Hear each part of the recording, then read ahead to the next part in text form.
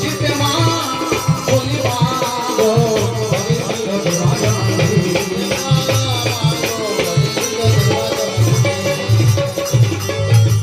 রাজা দশরথ গো তুমি মরা মানুষটা মা সীতার কাছে দেওয়া বলি করতে দেখো মরা মানুষটাকে যদি দেখে কেউ ভয় হবে না বিশেষ করে মায়েরা বেশি ভয় পায় ওই মৃত শ্বশুরকে দেখেছে মা সীতা দেবী তাই মরা মানুষ দেখি সীতাই আমার থরথর করে কাঁপিতে লাগিল দশরথ বলে মা গো ভয় পেয়েছ কি মোর মা ভয় না আমি তোর শ্বশুর কোনো ভয় না